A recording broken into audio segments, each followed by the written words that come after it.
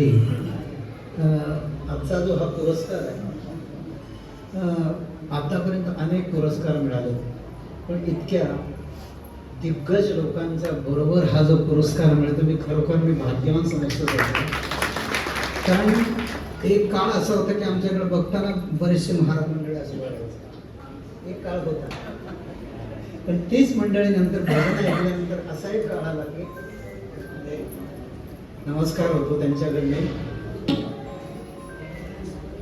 खरं तर अतिशय प्रामाणिकपणे मी जे काम केलंय आतापर्यंत, माझ्या लहान वयात असताना खाशाबुवा, तुळशीराम बुवा,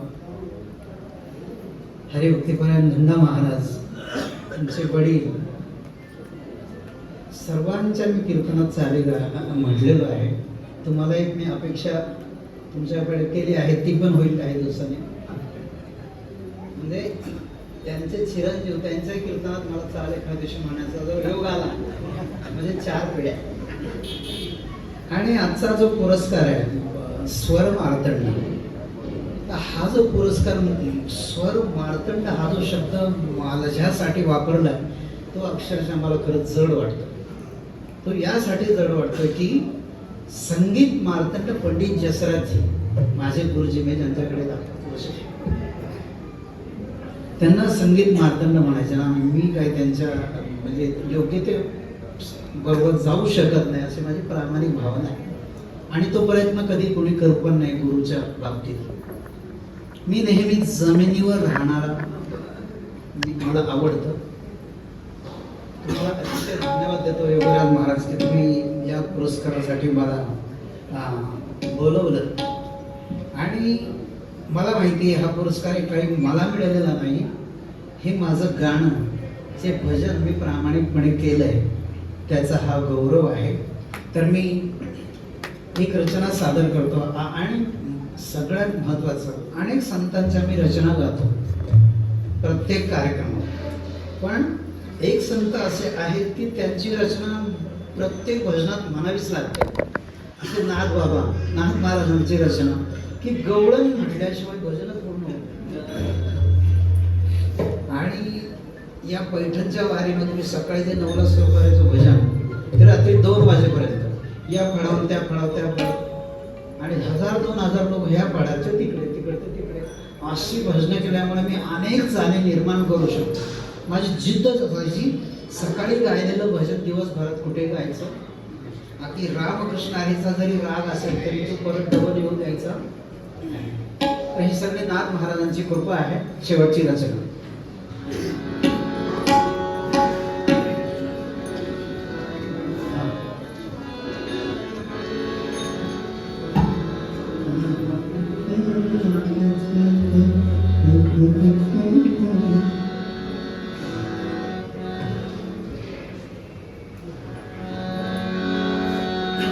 आणि इथून पुढची खरी इच्छा अशी आहे की संप्रदायातले जे दिग्गज मंडळी आपल्यासारखे आहेत, अशा मंडळींनी नेहमी माझं भजन इथून पुढच्या काळात मागे जाऊ द्या.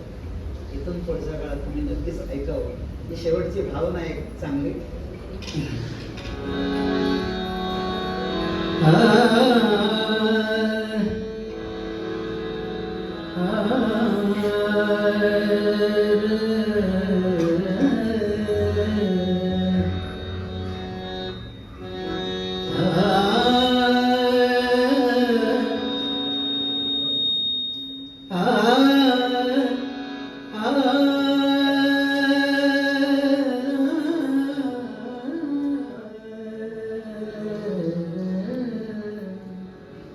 जय जय विठ्ठल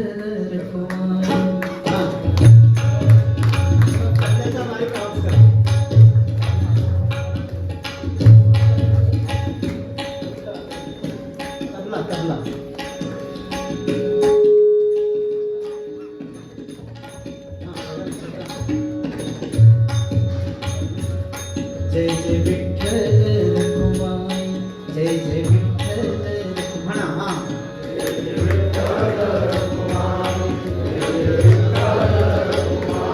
जय जय विठ्ठल रखुमाई, जय जय विठ्ठल रखुमाई.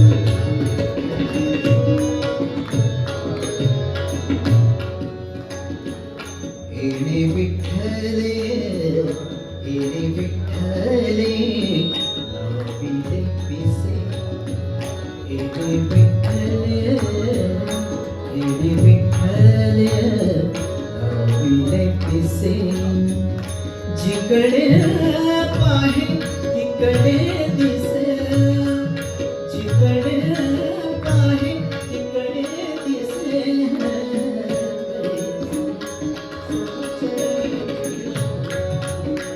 कैसी समचरणीची शोभा.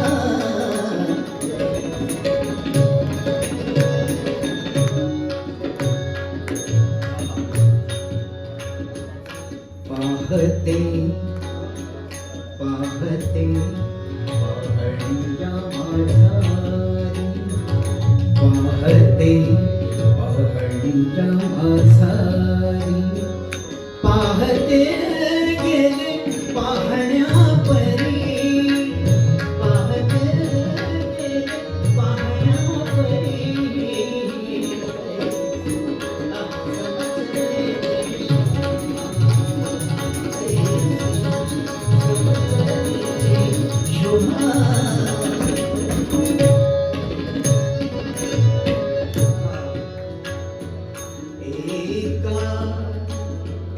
एका जनार्दनी एको,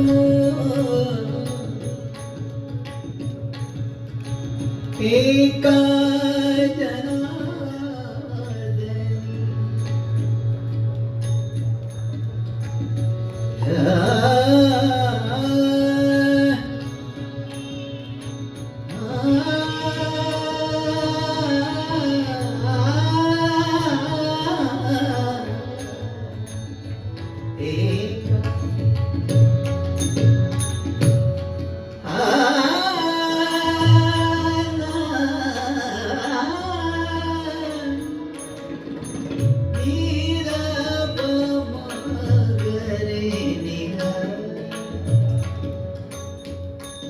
भजनामध्ये सरगम म्हणावे की नाही हा वादाचा मुद्दा आहे, परंतु मला असं वाटतं हे मी ज्या पद्धतीने म्हणतोय असं म्हटलं तर त्याला कुठे शब्दाला बाधा पोचत नाही.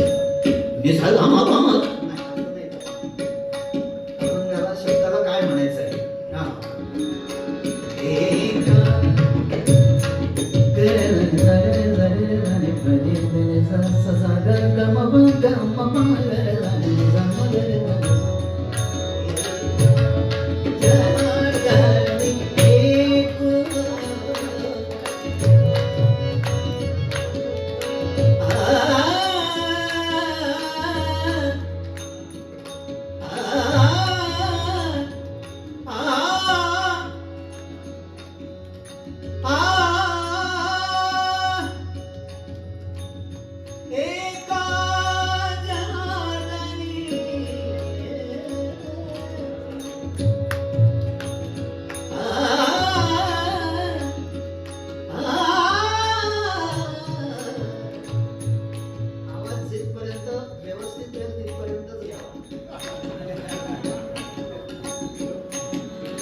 दुसरा तो पंचमापर्यंत गेला आणि माझी दैवतापर्यंत.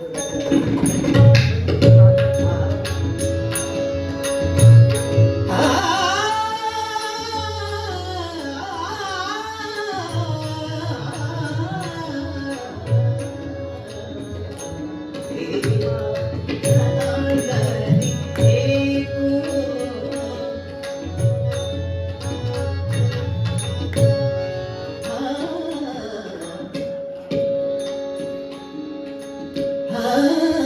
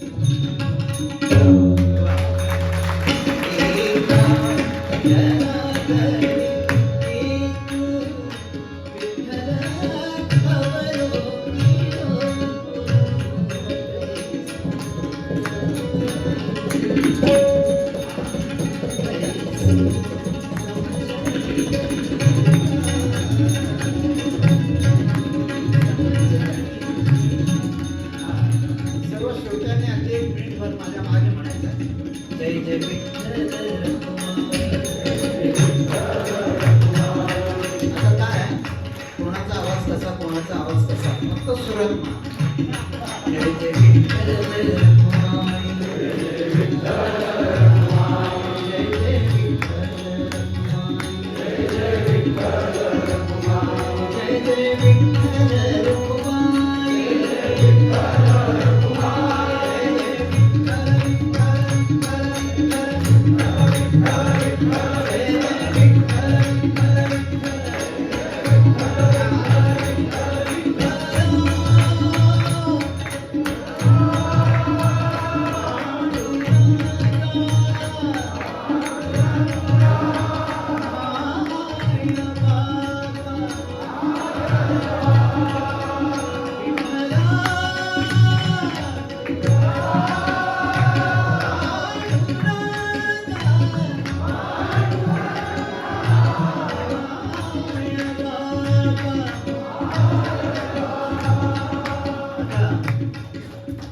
महिलांची संख्या कमी आहे तरी तुम्ही स्वतंत्र माझ्या मागे म्हणा छान. पुरुषांनी म्हणू नका. माऊली माऊली ज्ञानराजा माऊली हा ज्ञानराजा माऊली